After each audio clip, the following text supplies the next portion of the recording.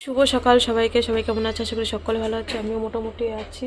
তো এই যে এখন মাত্র বাবা উঠছে, 6:30 বাজে। তো আমি কখন উঠেছি, আমার না আজকে ঘুমই হয়নি রাত্রিবেলা ঠিক করে। কেন কি জানি, একবার মোবাইল দেখি যে 2টো বাজে, আবার দেখি 2:30 বাজে। তো যাই হোক, আর কতক্ষণ শুয়ে থাকবো, ভালো লাগছে না। 6টায় উঠে গেছি, কাজ মাস সেরে, কেউ উঠছে না তো কী করবো। তো আমি মাথাটাতে আসিয়ে মুখ টুক ধুয়ে এই যে চা করে নিয়ে এসেছি একটুখানি, চাটা খাই। তো পরে আবার আসি, 6:30 বাজে। তো 6:30 মাত্রই অটো এখন যাচ্ছে, ফার্স্ট অটো।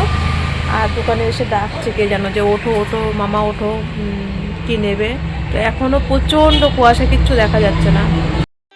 তো এই যে মানুকে এখন ওষুধ দিয়ে নিলাম, ওষুধটা দিয়ে ভাবছি কেউ ওঠেনি, কি করি। তো আমি এক কাজ করি, তাহলে ভিডিওটা এডিটিং করে ভয়েস দিয়ে দিই। তো ভিডিও এডিটিং করে ভয়েস দিয়ে তারপরে দেখি আমার শ্বশুর বাবা উঠেছে। আর দোকানের লোক চলে আসে না, বোঝোই তো গ্রামের দোকান, এই চিনি চাপাতা মুড়ি সকালবেলা হলেই নিতে আসে। তো চা দিয়ে এই যে এখন একটু খিচুড়ি করে নেবো দাদু নাতনির জন্যে। ওদের সেরকম একটা সবজি বাড়ন্ত, ওই আলু দিয়ে আর 4-5টা সোয়াবিন দিয়েছিলাম তো আজকের খিচুড়িতে। তো বন্ধুরা, এখন বাজে 9টা। ওইদিকে আমি খিচুড়ি করে এসি, চাতালের দিকে তাকাচ্ছি, তবু দেখি কি চাতাল দেখা যাচ্ছে না, ওই ধানের চাতাল রাস্তার ওই পাশে। তো মানুকে বললাম, ওঠ বাবা ওঠ, 9টা বেজে গেছে, ওঠ। দেখ বাইরের দিকে সেরকম একটা শীত নেই, কিন্তু কুয়াশা কাটছে না। আজকে মনে হয় না আর সূর্যের মুখ দেখতে পারবো। তো ওইদিকে দেখলে না, চালে ডালে দিয়ে একটু 4-5টা সোয়াবিন দিয়ে একটা আলু দিয়ে সবজি, শুধু সিম রয়েছে আর কিচ্ছু নেই। তো ওই দিয়ে একটু খিচুড়ি করে এসেছি। আমি বললাম, ওঠ বাবা, ডিম সিদ্ধ খেয়ে নে, খিচুড়ি খেয়ে নে। ওইদিকে রান্নাবান্না হয়ে গেছে, মানে সকালের রান্না। আর দুপুরের রান্না তো উনানে করব। তো মানুকে ডাকছি, বাবা ওঠ। রান্না কিন্তু আমার ওইদিকে হয়ে গেছে। তো মানু বলছে, মা একটু সকালবেলা লিকার চা না খেলে ভাল লাগে না, দেখো। তো আবার চা, আমি সকাল থেকে এই অবধি আমার 3বার চা খাওয়া হয়ে গেছে। তো সকালবেলা ভাত টাত খাওয়া কমপ্লিট।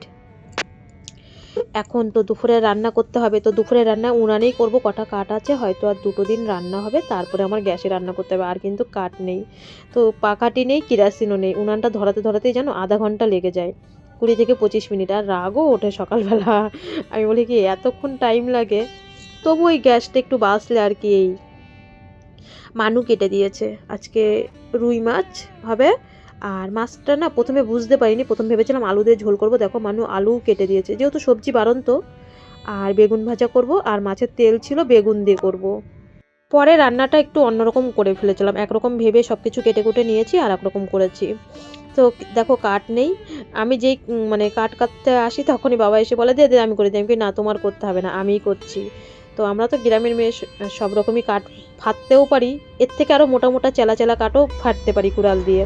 তো কয়টা কাঠ ছিল, আমি ভাবলাম ফেরে নিই, 2 দিন রান্না হয়ে যাবে। এই কয়টা কাঠ আর কটা কাঠ ছিল, ওই কটা সব কটাই ফেরে নিয়েছি একবারে আর কি। কারণ উনান ওই শুধু না, ওই সেই পিকনিকের যে 3টে ঘুঁটো ছিল, এই ঘুঁটো ভালো ধরে না। আবার ঘুঁটোর উনান আমাদের যেমন ছোটোবেলায় বাবার বাড়িতে ঘুঁটোর উনান ছিল, ওটাতে ভালো আবার ঘুঁটো ধরতো। নাইলে না ওই মশালের সাথে জ্বালানি না দিলে কিন্তু ভালো ধরে না কিন্তু। তো এই যে মাছ ভাজার অনেক কষ্ট করে উনান ধরালাম, মাছটা ভেজে নিই। তো বন্ধুরা, আজকে আমি যে ভিডিওটা করছি খুবই একটা মানে ইম্পর্টেন্ট। তোমরা আমাকে অনেক কমেন্ট করেছিলে যে মানে ভিডিওটা সেই ইয়েতেই করা হচ্ছে, কেন আমি মানুকে হাইট ওয়েটের ডাক্তার দেখাইনি।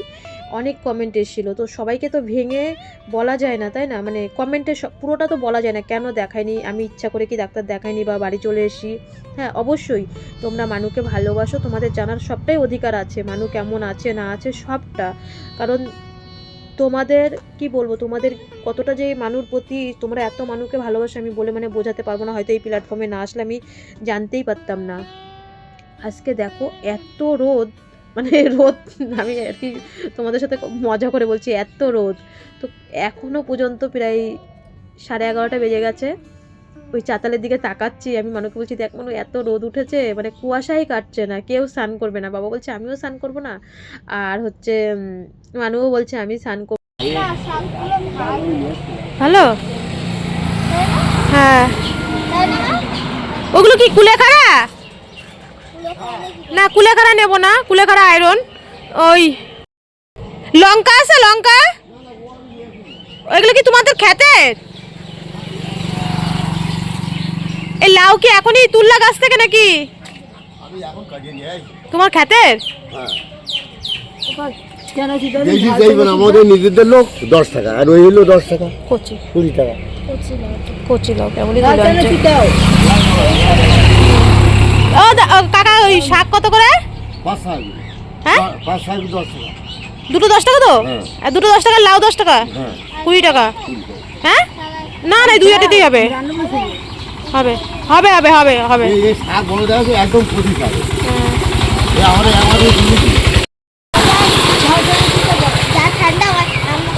আমাদের এখানে আজকে রাত থেকে বরফ পড়বে। আমাদের এখানে বরফ পড়বে? আমাদের আর কোথাও গেলে কাশ্মীর যেতে হবে না। কাশ্মীর যেতে হবে না? Snow পড়বে, snow। ওই তাহলে তিন ওই ওই একটু একটু শাকের আটি করছে। হ্যাঁ খ্যাতের তো না, এর জন্য ভালো হবে। ওই দেখ একদম একটুখানি বাঁচলে। ওটা তো লম্বা তো। হ্যাঁ আরে ওটা লম্বা আর এটা খাটো। তুমি বাইসে নিয়ে আসো তাহলে।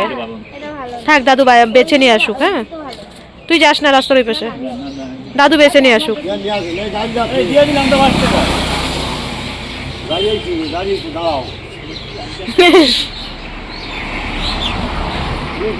বললাম না আজকে সবজি বাড়ন্ত, তো শাক আর লাউ রেখেছি কালকে রান্না করার জন্য। ওই যে মাছটা না, কালকে হাটের মাছ ছিল, কারণ কালকে শনিবার গেছে, আজকে হচ্ছে রবিবার।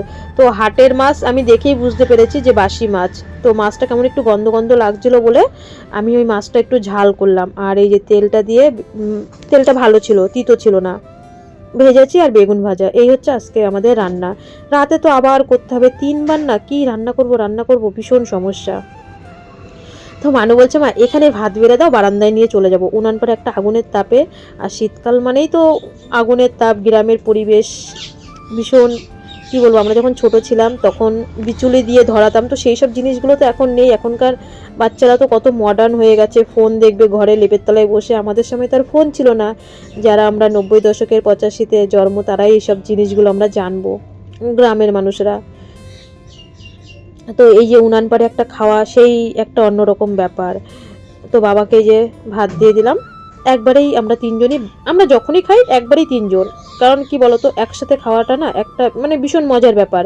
তো যেদিনকে মনে করো বাবা সময়তে বলে যে আমাকে দোকানে ভাতটা দিয়ে দে, তোরা এখানে বসে খা, তো বাবা যদি না আসে তাহলে আমরা আলাদা আলাদা খাই, না হলে কিন্তু আমরা একসাথেই খাওয়ার চিন্তা করি।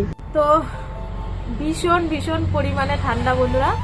আর মানু বলছে প্লিজ প্লিজ আমাকে ক্ষমা করে দাও, প্লিজ প্লিজ আমাকে ক্ষমা করে দাও, আমি স্নান করব না, এরকম করছে মানু। হ্যাঁ সত্যি ভীষণ পরিমাণে ঠান্ডা পড়েছে। আর ওই মানে আমাদের দিনাজপুর মানে কাকা শ্বশুরের বাড়ি ওইদিকে, শিলিগুড়ির কাছেই। তো বিনীতা মা এই গল্প করছিল এতক্ষণ যে ওর দিদার ভীষণ অবস্থা খারাপ, এই দিক দিয়ে ব্যথা যন্ত্রণায়, এত ঠান্ডা। কিন্তু ব্যাঙ্গালোরেও ওর বাপি কালকে মানুকে নাকি বলছিল যে কালকে ঠান্ডা ঠান্ডা লাগছিল। ব্যাঙ্গালোরের ওয়েদারটা তো একই রকম থাকে, একটু ঠান্ডা ঠান্ডাই থাকে। আমাদের এখানে গরম থাকলেও ওখানে ঠান্ডা ঠান্ডা থাকে। আর ভেলোরে তো দেখলাই আমরা ফ্যান চালিয়েছি। আর এখানের পরিস্থিতি কি, আর দিনাজপুর শিলিগুড়ির দিকে তো মানে একদম নাকি কাশ্মীরের মতন। আমার কাকা শ্বশুর তো ফোন করে, সবসময় ফোন করে। তো যাই হোক, তোমরা তো অনেকেই জানো মানুর এইবার হাইট ওয়েটের ডাক্তার দেখানোর কথা ছিল, এবার না আগের বারও ছিল। তো আগের বার স্যার ছিল না, অনেকটা লেট হয়ে গেছিল। তো স্যার বললো ঠিক আছে আবার এসে দেখাবা। তো মানুর হচ্ছে, তোমরা তো দেখো মানুকে স্যার মানে ওর ডাক্তার দেখার আগে, তো আগে জুনিয়র ডাক্তার মানে দেখে, তারপরে স্যারের কাছে নিয়ে যায়। জুনিয়র ডাক্তার মানে ওর যে কেমোথেরাপির ডায়েরিতে সবকিছু তোলে রিপোর্ট, তারপরে স্যারের কাছে নিয়ে যায়। তো স্যার 3 মাস আগেও স্যার ওই জুনিয়র ডাক্তারকে বললো যে রিমি দাসের হাইট ওয়েটের ডাক্তার অ্যাপয়েন্টমেন্ট দিতে। তো আমরা তো জানি যে স্যার তো প্রফেসর ছাড়া কাউরে দেয় না। আজকে আমার ভেলুরে 2026 পড়ে গেছে, তো 10 বছর ভেলুরে দেখানো। তো 10 বছর ধরেই মানুর একটার পর একটা যে সার্জারি হয়েছে সব কিন্তু বিক্রম স্যারই কিন্তু ওর ডাক্তারের আর কি সাজেস্ট করে কোন ডাক্তার দেখবে, সবই কিন্তু প্রফেসর। আর তোমরা দেখেছো বিএমটির পরেও এই 1 বছরে 4 বার যাওয়া হয়ে গেছে। তো যতবার গেছি জুনিয়র ডাক্তার মানে জেনারেল ডাক্তার দেখলে কিন্তু আমি বাড়ি আসি না, তোমরা ভালো করেই জানো। তোমরা সবসময় বলো যে রূপা স্যারকে দেখিয়েই আসবে। তো স্যার সেইভাবে বলেছে ডাক্তার দিতে, কারণ এটা আমার ক্লিয়ার করার দরকার। আর তোমরাও কমেন্ট করেছো যে আমি কেন মানুর হাইট ওয়েটের ডাক্তার দেখাইনি, অনেকেই কমেন্ট করেছো। বা একটা বোন এই যে 6 তারিখ মানে কালকে আর কি পরশু দিনকে, আজকে তো 4 তারিখ, তো পরশু দিনকে 6 তারিখে টিকিট। আমাকে ওই বোন কমেন্ট করেছিল যে দিদি তুমি হচ্ছে রিমিকে হাইট ওয়েটের ডাক্তার না দেখিয়ে চলে আসলা। তো ওই বিক্রম স্যার বলল যে এই ডাক্তারকে যে রিমি দাসের একটা হাইট ওয়েটের মানে প্রফেসর দেবে। তো তখন কি করেছে এই ডাক্তার, মানে এই স্যারও ভালো, ছোট মানে জুনিয়র ডাক্তার হলে কি হবে, ভীষণ ভালো। তো এই 2 পালা ধরে যে দেখছে, তো বললো যে দেখি জেনারেল ডাক্তার দিয়েছে। মানুর বাপি অতটা বোঝেনি, অ্যাপার্টমেন্ট নিয়ে নিয়েছে। তো মানু বাড়ি এসে সব কাগজপত্র বের করে দেখে ওর বাপিকে ফোন করছে, বাপি জেনারেল ডাক্তার দিয়েছে 270 টাকা। তা যারা মানে পেশেন্ট, ওই অভিভাই বা আরো অনেকেই পেশেন্ট সিএমসিতে, তো তাদের সাথে তো আমাদের কথা হয়, বলছে জেনারেল ডাক্তার দেখানো হচ্ছে না দেখানো ভালো। তো স্যার আসলো, স্যার তো প্রথম দিন ছিল না, দেখেছো। তারপরের দিন যখন স্যারের সাথে দেখা হয়েছে, স্যার বলছে দেখাওনি, ভালো করেছো, কারণ জেনারেল ডাক্তার দেখানো হচ্ছে না দেখানো ভালো। আজ পর্যন্ত মানুর এই যে নাক অপারেশন বলো বা নাক দিয়ে ব্লাড বেরোনো বলো বা ওর স্পিলিং অপারেশন, টনসিল অপারেশন, যত অপারেশন সবই তো সিএমসিতে হয়েছে। তো উনি সাজেস্ট মানে করে দেয়, কোন সব ম্যাথিউসদেরই দেয় কিন্তু উনি। হ্যাঁ, তো এবার হচ্ছে হাইট ওয়েটের ডাক্তারের অ্যাপয়েন্টমেন্টটা দিয়ে দিয়েছে। স্যারই বলেছে দেখাতে হবে না, যেহেতু জেনারেল ডাক্তার দিয়েছে। জেনারেল ডাক্তার কি বলতো, ওরাও তো শিখবে আস্তে আস্তে, কিন্তু ওরা প্রচুর পরিমাণে টেস্ট করতে দেয়, আজনার থেকে খাজনা বেশি। ওরা দেখে না যে এত টেস্ট করা রয়েছে, নিশ্চয়ই এর থেকে কিছু হবে, কিন্তু ওরা প্রচুর পরিমাণে টেস্ট করতে দেয়, আর মানে হয়রানি হয়। আর প্রফেসরদের একটা সইতে যেমন দাম আছে, তো আমার প্রফেসর না দেখালে আমার পুষায় না। আমারও জেনারেল ডাক্তারের জন্য আমি দেখাইনি, এটা তোমাদের বুঝাতে পারলাম। আর এই যে আমরা যাচ্ছি, আর তো 4-5 দিন পরেই যাচ্ছি ভেলুরে। তো মানুর হচ্ছে 16 তারিখে ভ্যাকসিন দেবে, 16 তারিখে স্যার দেখবে, আর 15 তারিখে হাইট ওয়েট। তখন বিক্রম স্যার বলল যে তোমরা তো 20 দিনের মাথায় আসছো, তাহলে এখন আর দেখাতে হবে না, ওই 20 দিন পরে দেখাবে। তো মানুকে 15 তারিখেই স্যার মানে প্রফেসরই দেখবে হাইট ওয়েটের, আর 16 তারিখে ভ্যাকসিন দেবে, তোমরা তো জানোই। আর মানুষ চুলের ব্যাপারটা জানো কি হয়েছে, তোমরা শর্ট ভিডিও দেবে, ওর কিন্তু মানে দেখবে আর কি পুরোনো শর্ট ভিডিওগুলো। মানুর কিন্তু চুল স্ট্রেট ছিল, তো মানুর কুকরানো চুল, কিন্তু আমি এটা জানতাম না। তো এবার যখন গেছি পেলে রুমে, ম্যাডামকে জিজ্ঞেস করছি, ম্যাম ও মানুর কি চুল আর সোজা হবে না? বলছে না, সোজা আর হবে না, কারণ মানু একটা, সত্যি বলছি মানে প্রভুর সামনে স্নান করেই বলছি, মানু এটা নতুন জীবন পেয়েছে। বলছে তোমাদের যখন, আমাদের যখন পেটের থেকে হয়, তখন আমরা আতুর থেকে যখন উঠে পুজো হয় আমাদের, তখন আমরা একবার মাথার চুল ফেলি, আর 18 মাসে আমরা ঠাকুরের কাছে চুল দিই। ওর যেমন 18 মাসে আমাদের আমরা যেমন শিব বাড়িতে দিই, আর আমরা যখন ছোট ছিলাম আমাদের সময় আমার মা আর কি 3 ভাই বোনেরই তারকেশ্বরে চুল ফেলেছে, তারকেশ্বর নিয়ে গিয়ে, আর আমাদের শিব বাড়িতে। তো বলছে এটা ওর নতুন জীবন, তো এই চুলটাও বাড়ি আসার পরে ওকে টাক করে দিতে হতো। আমি বলছি সেই কথা তো স্যার বলেও নি, আর আপনিও বলেননি। বলছে এই চুলটা ওর আর ঠিক হবে না কোনোদিন, ওর এরকম কোকড়ানো চুলই থাকবে। আমরা যখন পেটের থেকে আসি তখন আমরা কেমন চুল নিয়ে আসি, তো বলছে এটা ওর নবজীবন। তারপরে স্যারকে জিজ্ঞেস করলাম, তো স্যার বলছে এই চুল তোমার ঠিক হবে না, তোমার বাড়ি গিয়ে টাক করে ফেললে তারপরে তোমার আগের চুলে আসতো। তো যাই হোক, আর কি করা যাবে, যেটা হয়নি হয়নি। সব থেকে একটাই কথা বলবো, চুল যেরকমই হোক, দেখতে যেরকমই হোক, সবার সন্তান সবার মায়ের বুক জোড়া হয়ে যেন থাকে। এটাই বলবো যে দেখতে যেরকম হোক, আমাদের সন্তানদের চুল যেরকম হোক, আমরা যতদিন বাঁচবো আমাদের সন্তান আমাদের কোলে বুক জোড়া যেন থাকে। মানে বলছি আমার একটা মানে কেমন হয়ে যাচ্ছে। তো যাই হোক, মানুর চুল এরকম আছে, এরকমই থাকবে, ওর চুল স্ট্রেট হবে না। তো মানু আবার বলছিল, মা আমি তো এখনো স্কুলে যেতে যেতে মনে করো আমার ভ্যাকসিন হতে হতে একটা হয়ে গেল, আর একটা হবে জানুয়ারিতে, ফেব্রুয়ারি মার্চে আর একটা হবে, তো এপ্রিল আবার মার্চে বলে দেবো আর একটা কবে হবে। তো বলছে আমার তো এখন স্কুলে যেতে যেতে 5-6 মাস বাকি, তো আমি তাহলে টাক করে ফেলি। কিন্তু এই শীতের মধ্যে, এত শীতের মধ্যে টাক করানো যায়? তো এই কারণেই মানুকে এখনো টাক করায়নি। ও টাক করতে চেয়েছিল বাড়ি এসে, যে টাক করে ফেলি মা। আমি বলছি এত সুন্দর চুলগুলো হয়েছে, 16 মাসে মাত্র এইটুক চুল হয়েছে। তো যাই হোক, এখন কি করে, এবার হয়তো জানুয়ারিতে এসে বলছে টাক করে ফেলবে। তো তোমরাও কমেন্টে জানিও যে মানে টাক করে ফেললে ভালো হবে নাকি এই চুলই থাকবে। আমি বলছি এই চুলই থাক, তো টাক করতে হবে না, কোকড়ানো চুলই থাক, কিছু হবে না। এই যে আমার যে কোকড়ানো চুল তাতে কি আছে? তো আমি বলছি তোরও কোকড়ানো চুল থাক, কিচ্ছু হবে না, স্ট্রেট চুলের দরকার নেই।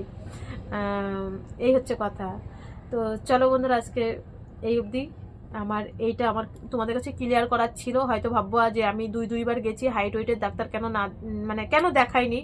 তো এবার গিয়ে ওর আগে হাইট ওয়েট দেখবে, প্রফেসর দিয়েছে 900 টাকায় ভিজিট, আর হচ্ছে তার পরের দিন স্যার দেখবে। তো এবার আমরা একটু টাইম নিয়েই যাব, কারণ অত রিস্ক নিয়ে মানে ওই ভ্যাকসিন দিয়েই পরের দিন ট্রেনে উঠবো না, একটু 2-3 দিন টাইম হাতে রাখবো, ওকে রেস্ট করে পরে আমরা ট্রেনে উঠবো। এর জন্য আমরা যাওয়ার টিকিটই আমাদের হচ্ছে না, হয় কোথাও টিকিট পাচ্ছি না, আর আসার এর জন্য আর টিকিট ফিকিট কাটিনি, ওখান থেকে বেশি পয়সা দিয়ে কাটতে হবে, আর কি করব। তো সবাই ভালো থেকো, সুস্থ থেকো, দেখা হচ্ছে কালকে। আজকে এই শীতের মধ্যে আর ভিডিও করতেও পারিনি সেরকমভাবে। আর এই ভিডিওটা আমি সেই কবে থেকে ভাবছি ক্লিয়ার করে দিই, যে না হলে সবাই আমাকে ভাববে আমি হাইট ওয়েটের ডাক্তার না দেখিয়ে চলে আসছি বাড়িতে বারবার। তো এই